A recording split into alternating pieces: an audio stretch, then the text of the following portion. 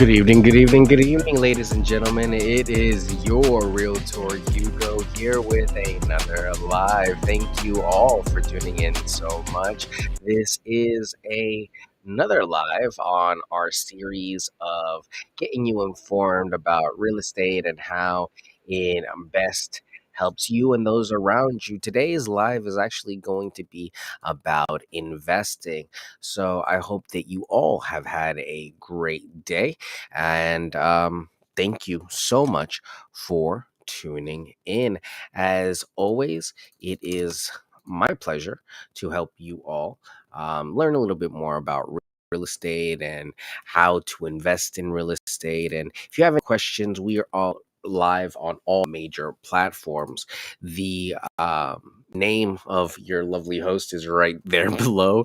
And if you have any questions and want to tune in to more information, more news, stats, what else do I have? Listings, open houses. Go ahead and take a screenshot of that QR code and save it for later. That's actually my website. It'll take you directly over there. So if you have any questions for later, you can go ahead and send them there. My phone number 240-389-4846. My email is hugo@lnf.com and website is yourrealtorhugo.com. So let's go ahead and jump in today for Millennial Real Estate Mastery 10 tips for smart home investing and get you guys on the road to investing in real estate. Just like it's by investing in real estate, it's important that you keep in mind to one, have your ducks in a row. Make sure that investing is something on your long term bingo card and that you are budgeting correctly, making sure that you're not setting yourself up for failure. The most important thing is that we are preparing yourself for the unforeseeable circumstances. Hopefully, if you're at the stage that you're investing, you have a lot more cushion than the average person, but no one wants to be out on the shelves, just waiting for a check to come in from a tenant. Really, more than anything else, it's important that we plan for the worst and expect the best. So today's list is going to be a bit of 10 key points tailored for millennial home investors, since we've been talking so much about millennials this week and the peak millennial age of 33. Number one, location is key. Research thoroughly and prioritize neighborhoods with potential for growth and amenities. Rule number one, you come out the womb knowing that location, location, location is the number one rule about real estate. Number two, budget wisely. Stay within your financial comfort zone and consider all expenses, including renovations and unforeseen costs. Um, Again, talking about the budgeting, you can't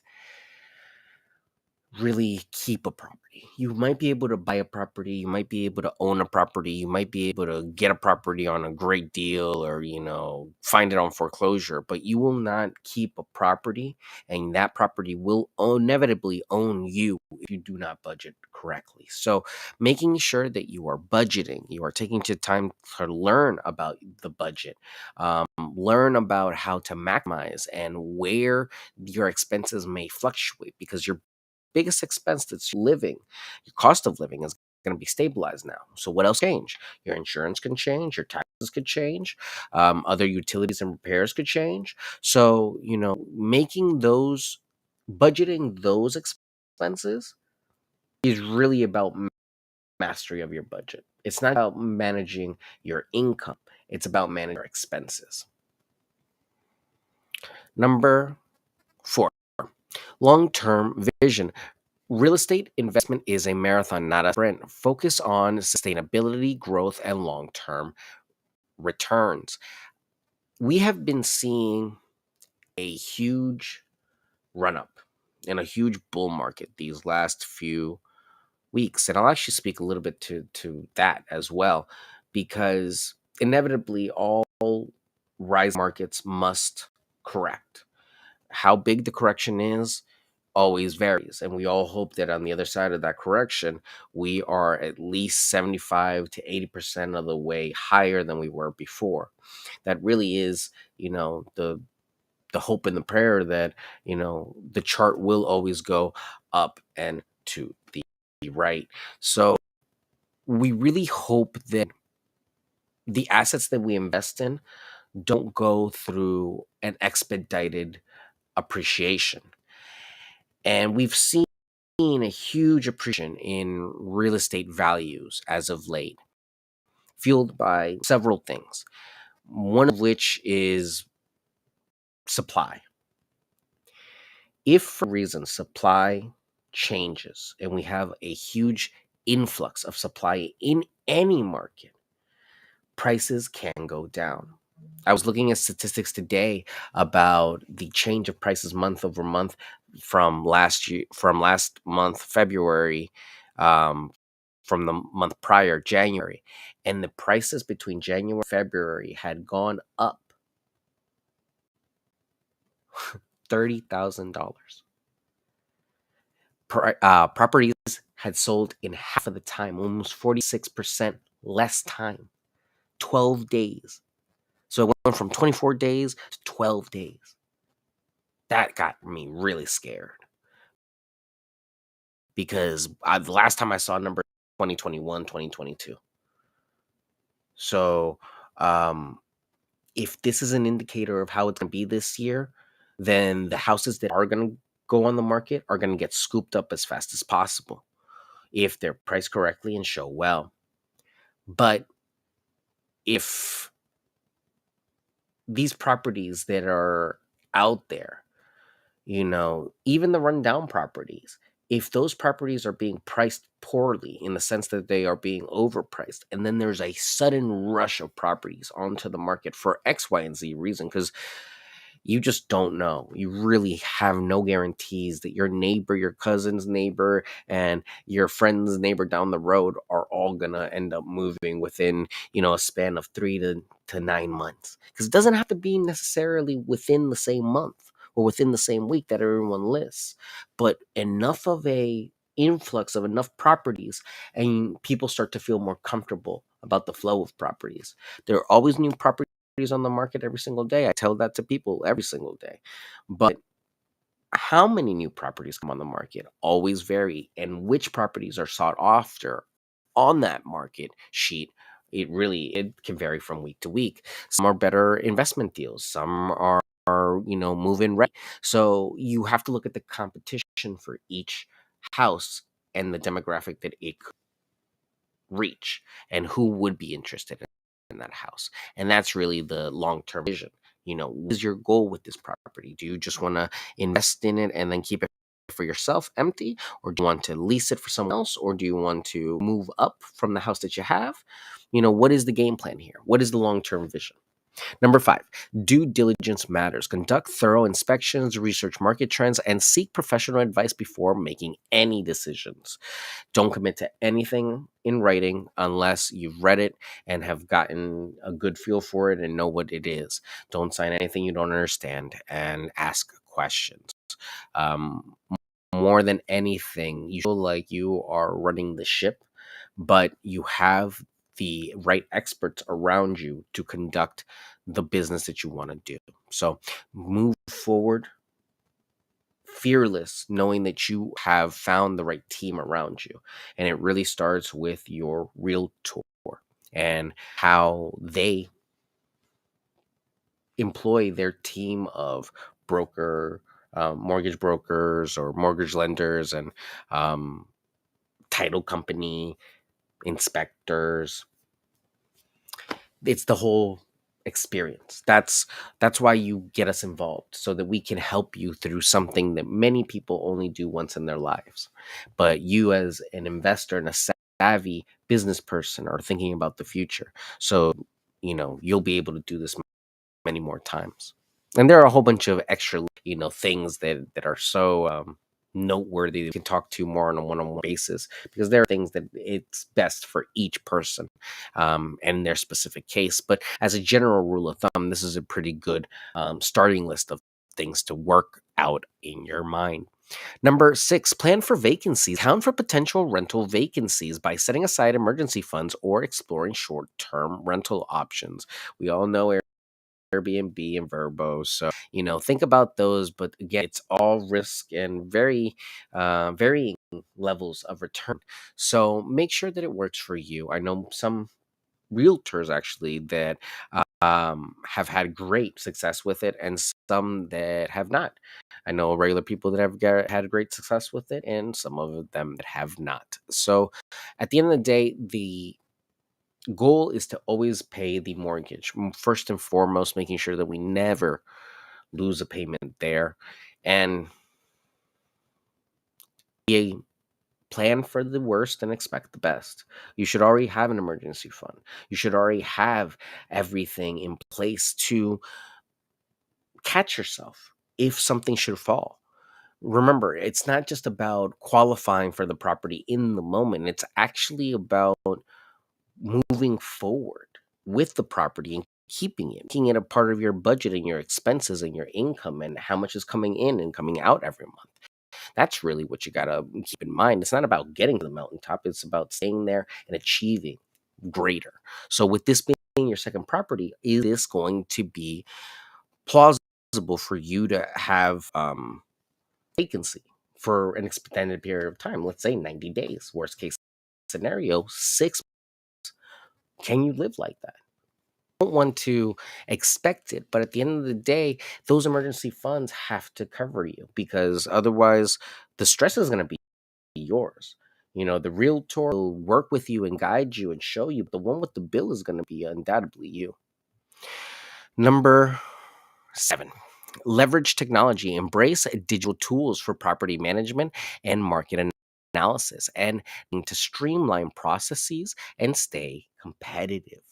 You have to stay on top of the latest tools when you can use them. There's a whole bunch of new technology out there that has really raised the bar on what you can do in properties and how fast you can do it. So it's cheaper to remodel, more cost effective to remodel, easier to remodel than ever before. So use the improvements in modern technology to benefit yourself because more than anything, what you'll realize is that this is how you can stay ahead of the pack by having these features installed and then having the masses come to you. What, say 7 years ago, it was very out of the norm. The thermostat that had wireless connection, it was kind of weird. Those systems weren't the best, but they worked. And now probably 1 out of every 10, maybe 2 out of every 10, about 20% of homes have a Nest or some sort of digital wireless thermostat. It's become very commonplace. So those are all things that now, sometimes even the buyer expects. Number 8, stay flexible. Market fluctuates, so be prepared to adapt your strategy based on changing economic conditions and trends. There's never anything wrong with looking at properties that have been on the market for a long period of time. Just mitigate your expectations. Don't expect a property that's been on the market for 60 days to look great, to have everything running, to not be without its flaws, because these are properties that are on the market for a reason. They might be difficult to sell, they might be in bad locations, they could come with their own issues and snags that you really have to do your due diligence on, because once you buy this property, regardless of who's to blame or who's not to blame, the one that's going to be dealing with the majority of the responsibility for it till everything is done is going to be you and the investor. So make sure that you're not giving yourself a headache. No one wants to buy a headache. We are trying to make good, sound investments. And my job as a realtor is to inform you of what you don't know and guide you with knowledge and expertise to make the best decisions possible. Number 9, network effectively. Build relationships with industry professionals, fellow investors, mentors to stay informed and leverage opportunities. Just right now, I am so grateful. The 11 group over in on Instagram, and Tia Tiara, I'm sorry, have said hi, and just, those are both huge professional entities in my world. So people come through, and I know a lot of people in the industry, and I connect a lot of people weekly and daily, that through different ways, through my social media contacts, through life, through GCAR, through NAR, that connect me with different people. You as an investor will have the opportunity to meet tons of people and learn from tons of people. Take your time, hear people out, listen. If you are the smartest person in the room, you are probably in the wrong room. So take your time and learn what's going on in the area, and start to build your knowledge. It takes time. It's not going to happen overnight, and there will be a lot of doors that may be shut in front of you. Keep persevering and keep going. It's all about patience and education and learning and information. You'd be surprised the growth and the depth and wealth of information that there is now on the internet within the last 5 years. And maybe it's personally me that I grew more able to find the information that I needed versus anything really changing. But I personally feel that within the last 5 years, we have easier access to anything and everything you could ever want. So, more than ever, network effectively. Make most use of your time, because that is the most valuable thing that none of us have any more of. So, please take heed of my advice and network effectively, build good relationships, never burn bridges when possible, and do things the right way, because it will all come back around. It undoubtedly does. Number 10, the last one for tonight. Think sustainably. Consider eco-friendly features and energy efficient upgrades, not only for environmental impact, but also for potential cost savings and market appeal.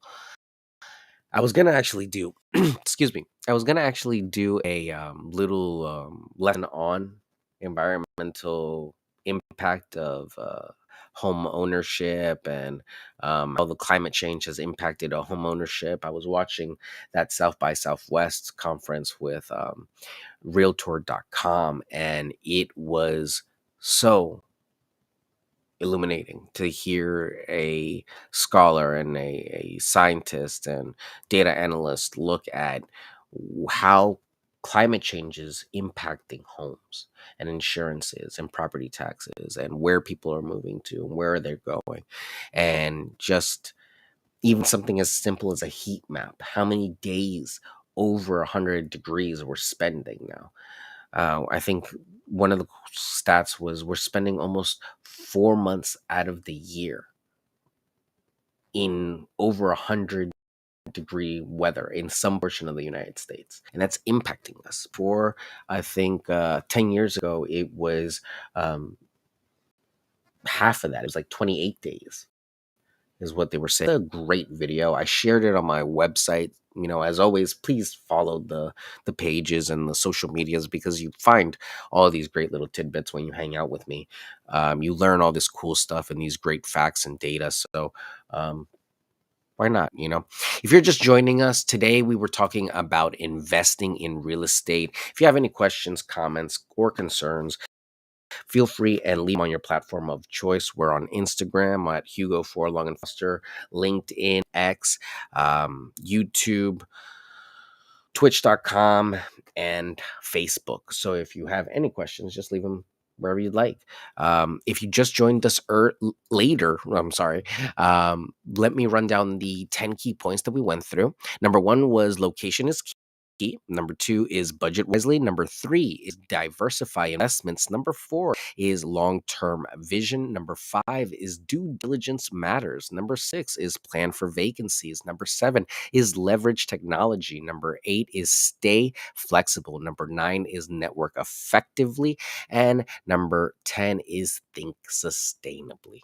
These tips offer practical advice and insights for millennials, home investors navigating the real estate market. So take my advice, use it, employ it, think about it for tomorrow, think about it for the future. But this is all stuff that within your grasp. Don't think that you have to live the way that you're living.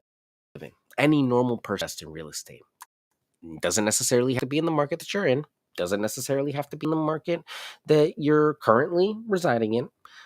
It could be somewhere else. It can be where you afford, but the principles are the same. Now, will investing here be better than investing there? That really comes down to your personal preference on your return on your investment. So, if you feel better being able to go down the street and visit your property and see it in person, that might be something worthwhile. Whereas you having to take a flight to go see a property that might be within your budget, but it might give you a little bit of a headache that you can't be involved with so much physically. If you feel comfortable letting the reins go, that's all on you. My suggestion, definitely, you want to be nearby, at least within, 10 to 15 miles of the property, just so that you have a firm grasp on it in case anything does happen. At least have somebody nearby within 10 to 15 miles that can get there easily, because otherwise you're running the risk of an emergency, a fire, disaster, a crime, anything happen at the property and you not being aware. All day today, I've been hearing about stories about squatters and squatter rights and what's going to happen in certain cities with people being finally removed with COVID ending. And these are all costs of doing business. Investing in real estate is not passive. It does take some work and does take some thinking. So take your time, set out a plan, talk to a professional realtor, and work with a good group of counselors that are going to teach you the stuff that you want to know and help you get the answers that you need so that you can make the decisions that are important for your future. And if you have any questions about buying, selling, leasing, or investing, want to share the live, feel free. Again, my name is Hugo Quintanilla. I am a realtor licensed in Maryland with Long and Foster, North Potomac, Rockville. My phone number is 240-389-4846. My email is hugo@lnf.com. And my website is yourrealtorhugo.com. Thank you so much again. I appreciate you all. And I will see you all tomorrow for another lesson. And we are actually going to do that climate change one. You know what? I've decided. Sorry. Actually, no, tomorrow's Saturday. What are we gonna do Saturday? We'll do Saturday. We'll do the climate change one for Saturday. I appreciate you guys. Take care. I will see you all tomorrow. Have a great night, and I'll see you tomorrow.